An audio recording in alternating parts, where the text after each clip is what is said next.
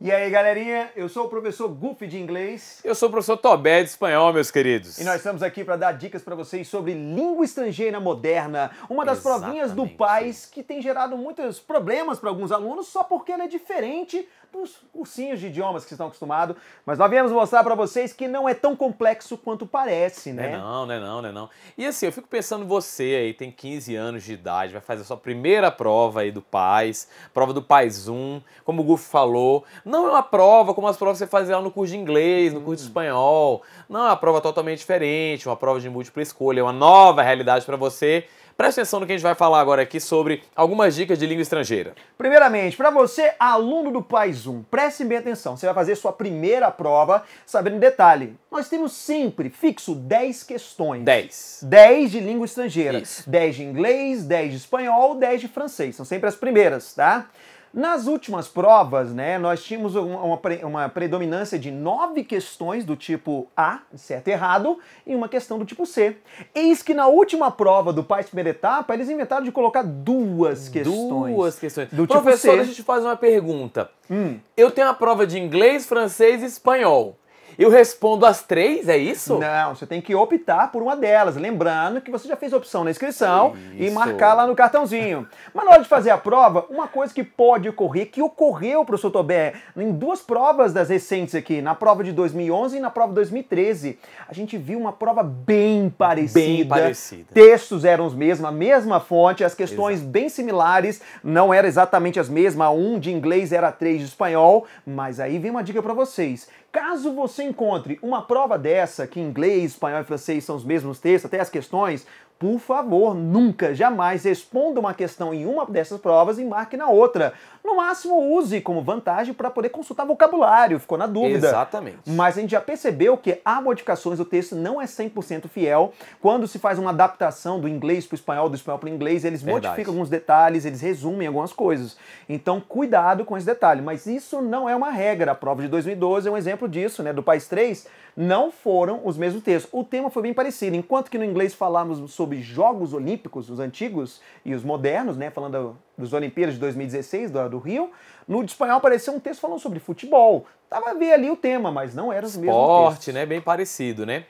Queridos, a prova do PAIS 1 é uma prova focada em interpretação de texto, né? Ou seja, nós trabalhamos em sala de aula, vários textos, várias questões relacionadas à interpretação de texto. Temos algumas dicas também em relação à interpretação de texto. Língua espanhola, vai ficar aqui a dica do Tobé. Olha, muito cuidado com os falsos cognatos, tá certo, gente? Algumas palavras, por exemplo, no Enem, né, se você tiver observado a provinha do Enem, apareceu lá a palavra embaraço. A pessoa, eu tô embaraçado. Não, você não tá embaraçado, não. Porque embaraço é gravidez. Se você é um menino, você não vai ficar embaraçado. Jamais. Tá entendendo? Então, cuidado. Nós podemos acompanhar na internet, você tem internet em casa, você pode colocar lá assim, ó, falsos cognatos do espanhol. Várias palavrinhas, tá certo? Falsos cognatos relacionados a festas. Muito bom. Festas, aí você dá uma olhadinha, tá certo? Como teve lá sobre futebol, sobre esportes, algum falso cognato que tem a ver com isso. Tobé, você não vai ficar ensinando falso cognato? Imagina se eu ou o Gu ficasse ensinando falso cognato. É uma lista enorme. Não que dá. aí já aproveita esse gancho para falar, galera, nós temos uma presença de cognatos tanto no inglês quanto no espanhol. Isso, cognatos. Claro que no espanhol você tem uma presença de cognatos bem maior. Mas assim como no espanhol, o inglês também tem falsos cognatos, tá? E aí é bom você ficar ligado. O CESP jamais perguntou em nenhuma prova se uma palavra era ou não um falso cognato. Isso é um conceito linguístico e não uma função. Exato. Mas é bom que vocês conheçam porque eles já fizeram jogadinhas indiretas. Atrapalha na hora de interpretar. Isso, eles jogam algumas questões que podem complicar. Exato. Mas vamos lembrar um detalhe seguinte. Desde 2010, nós temos nas provas do PAIS 1 100% de interpretação. 100. Não Só houve nenhuma interpretação questão de de vocabulário e gramática. No caso de inglês, espanhol, francês, 100% focado na interpretação. Há uma grande probabilidade de eles permanecerem no PAIS primeira etapa com essa ideia. Então você do primeira etapa, fica ligado que você vai encontrar interpretação. Pô, mas e aí? Que dica que a gente tem então para poder passar de interpretação? Uma dica excelente, quem foi nosso aluno, nós passamos aí para vocês em algumas aulas. Presta atenção. Vamos lá!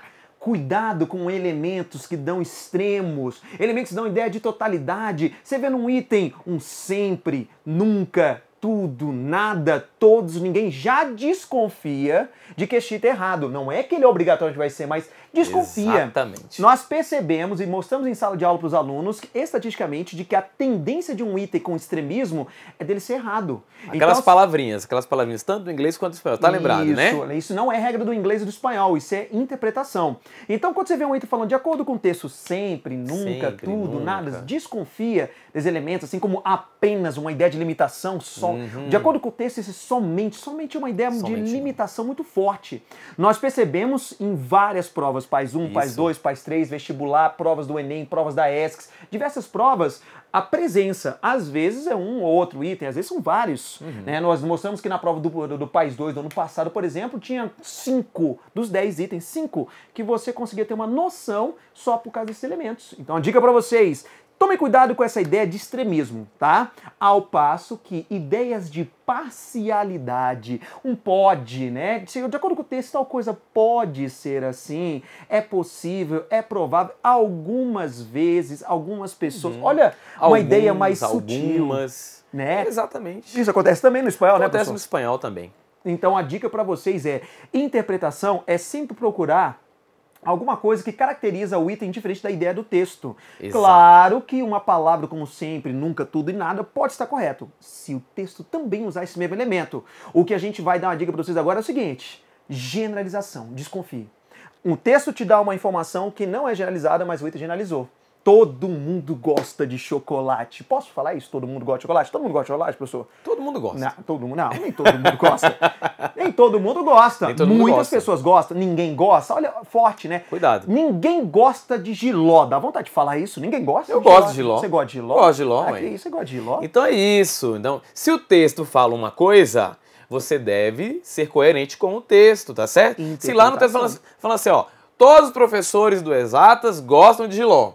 Aí tá lá na questão, alguns professores gostam de jiló, né? Eita, que situação difícil, pronto, bem. Caramba, alguns gostam. Sempre coerência de acordo com o texto. Cuidado. Se o texto der uma generalização, um extremo que... o item der uma generalização que o texto não deu, esse item tá errado, tá? Tomar cuidado com isso. No PAS 1, dica para vocês, há uma grande chance de realmente ser 100% interpretação, cair em interpretação de imagem, que muitas vezes é bem sutil, são questões bem tranquilas, dá uma analisada em imagem, os elementos, a expressão dos personagens, muitas vezes eles pedem isso, o personagem está surpreso, está assustado, mas o personagem está simplesmente apático, não está mostrando nada disso. E muito cuidado com a indução ao erro, com coisas que, bom, é possível? É, mas o texto ou a imagem te passou essa informação? Não, então o item está errado. É isso aí. Belezinha, galera? Então, dica pra vocês, atenção, interpretação, é só usar estratégia e sempre tome cuidado com a generalização e o extremismo. Essa é a dica do Google do Tobé pra vocês, galera. Um grande abraço, arrebente nessa prova. Tchau, gente. Boa prova do PAS. Tchau, tchau. A gente conversa depois. Tchau, tchau.